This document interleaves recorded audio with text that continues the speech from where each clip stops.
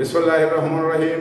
সংগ্রামী সকল ফেসবুক ভাই বোন বন্ধু, বাংলাদেশের বাইরে এই ভিডিওটি যারা দেখবেন, আমার পক্ষ থেকে জানাই সংগ্রামী সালাম, আসসালামু আলাইকুম। সংগ্রামী উপস্থিতি, দেশের সার্বিক বিষয় আজকে এই কারেন্ট যে ভোগান্তি তৈরি করেছে, এই ভোগান্তির জন্যে সারা বাংলাদেশের জনজীবন অচল হয়ে যাচ্ছে। কারণ ইতিমধ্যেই আপনারা সারা দিনের ভিতরে যে কতবার কারেন্ট যাচ্ছে আর কিভাবে যাতায়াত করছে, এটা করে জনজীবন আমার কাছে অতিষ্ঠ হয়ে যাচ্ছে। তো সংগ্রামী উপস্থিতি, দেশে একটি সরকার ছিল, আবারও অন্তর্বর্তী সরকার রয়েছে। তো আমি যে সরকার ছিল, উনি এই দেশকে কি দিয়ে গেছেন এবং এই দেশের কাছ থেকে কি নিয়ে গেছেন, এই বিষয়গুলো আলাপ আলোচনা করলেই আসলে কিন্তু একটি রেজাল্ট বাড়িয়ে আসে।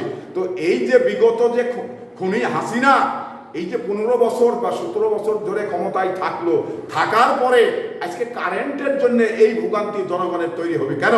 কারণ জনগণ সারা রাতের ভিতরে 3বার 4বার করে কারেন্ট যাচ্ছে।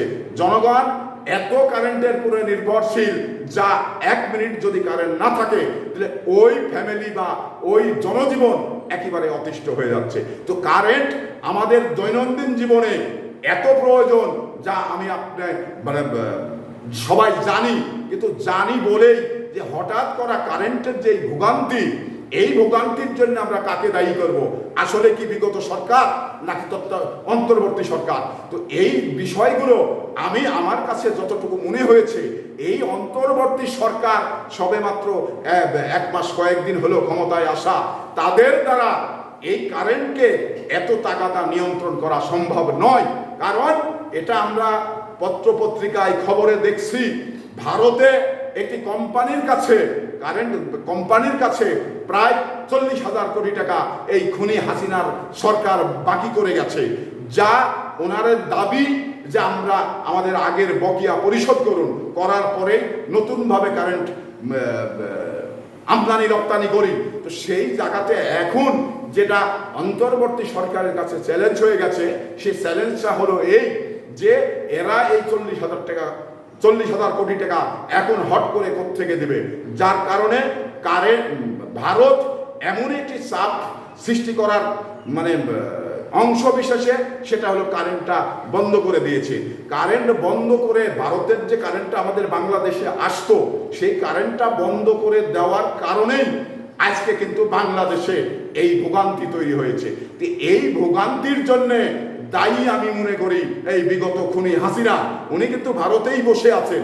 ভারতে বসে থেকেই যে বাংলাদেশের মানুষের যে কারেন্ট ছাড়া 1 মিনিট চলে না, সেই দেশে এই যে কারেন্ট সারা দিনের ভিতরে 24 ঘন্টার ভিতরে আমি তো মনে করি 2-3 ঘন্টা কারেন্ট থাকছে কিনা এটা সন্দেহ।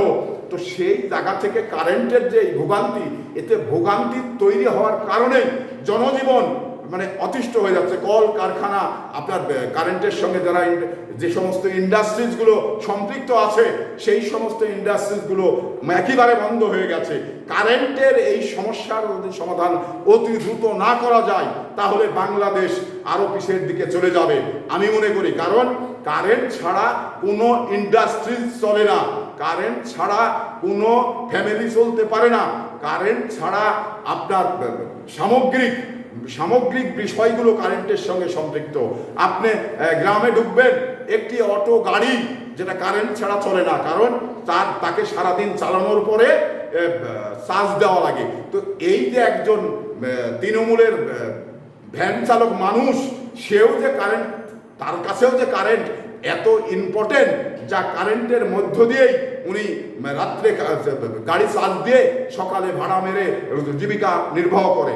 তো সেই শ্রমিকটা, সেই ভ্যান চালকটা যদি কারেন্ট না থাকে, তাহলে কিভাবে ও ভ্যান চালিয়ে জীবিকা নির্বাহ করবে? তো এইরকম প্রত্যেকটি সেক্টরে কারেন্ট আমাদের দৈনন্দিন জীবনে এত প্রয়োজনীয় জিনিস, যেটা আমি আপনি সবাই জানি, কিন্তু এই বিষয়টা কারণ কারেন্ট না থাকলে আমি যে একেবারে অস্থির ছটফট করি, এই বিষয়গুলো কিন্তু আমরা সবাই কিন্তু ভুক্তভোগী। তো সেই ভুক্তভোগীর জায়গা থেকে আমি এই অন্তর্বর্তী সরকার, যে সরকার পালিয়ে গেছে, যে খুনি হাসিনা এই দেশটাকে শেষ করে পালিয়ে গেছে, তাকে আর ধরে লাভ নেই, তার কথা বলে আর লাভ নেই।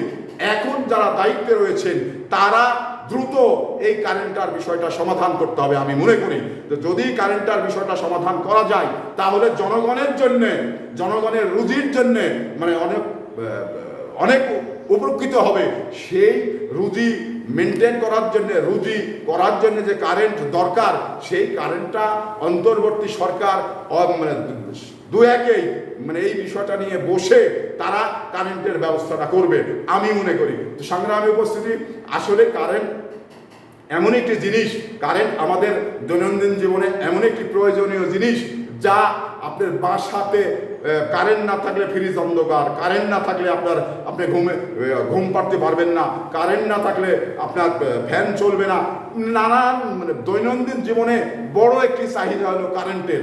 এই চাহিদা যদি জনগণ এই চাহিদা থেকে দূরে থাকে তাহলে জনজীবন এমনিই অতিষ্ঠ হয়ে যায়। তো সংগ্রামী উপস্থিতি, আমি এই অন্তর্বর্তী সরকারের কাছে বিনীতভাবে অনুরোধ করতে চাই, আপনারা পাশনে যে চলে গেছে তার কথা আর বলে লাভ নেই। আপনারা আগামীতে কারেন্টের বিষয়টা নিয়ে সমাধান করুন এবং বসে কোত্থেকে সমাধান করা যায়, কিভাবে সমাধান করা যায় সেই ব্যবস্থা আপনারা অচিরেই নেবেন, এই আশা ব্যক্ত করে বিদায় নিচ্ছি। আসসালামু আলাইকুম।